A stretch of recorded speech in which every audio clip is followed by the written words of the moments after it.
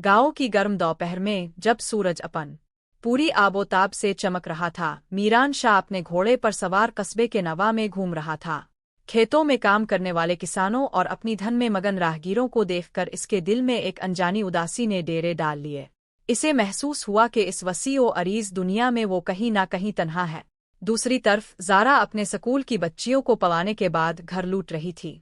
इसके हाथों में किताबें थीं और इसके चेहरे पर एक इत्मीनान की मुस्कुराहट थी। वो जानती थी कि वो अपने मुआशरे में एक मुस्बत तब्दीली ला रही है। रास्ते में इसकी नज़र एक बरगद के पुराने दरख्त के नीचे बैठे हुए शख्स पर पड़ी। ये मीरान शाह था। दोनों की नज़रें एक लम्हे के लिए मिले और एक अनजानी कशिश ने उनके दिलों में हलचल मचा दी। ज़ारा ने अपनी नज़रें झुका ली और तेज़ी से कदम बवाती हुई आगे निकल गई, लेकिन इस एक नज़र ने दोनों के दिलों पर एक गहरा नक्श छोड़ दिया था। अगले चंद दिनों में उनकी कई बार इत्तेफाकी मुलाकातें हुई। कभी वो कस्बे के बाजार में टकरा जाते तो कभी किसी समाजी तकरीब में।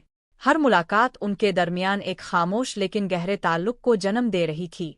मीरान को ज़ारा की ज़हानत और खुद एतमादी ने बहुत मुतासिर किया, जबकि ज़ारा को मीरान की आंखों में छपी हुई सच्चाई और इसकी खामोशी में पोशीदा दर्द महसूस हुआ। लेकिन उनकी कहानी इतनी सीधी नहीं थी। मीरान एक बासर जमींदार घराने से ताल्लुक रखता था और ज़ारा एक आम उस्ताद थी। मुआशरे के तबकाती फ़र्क और रवायात उनके दरमियान एक मजबूत दीवार की तरह हाइल थे। क्या ये दो मुख्तलिफ दुनियाओं के लोग अपनी मोहब्बत की मंजिल पा सकेंगे? क्या उनकी दास्तान फूलों की तरह खिलेगी या पत्थरों से टकरा कर बखर जाएगी?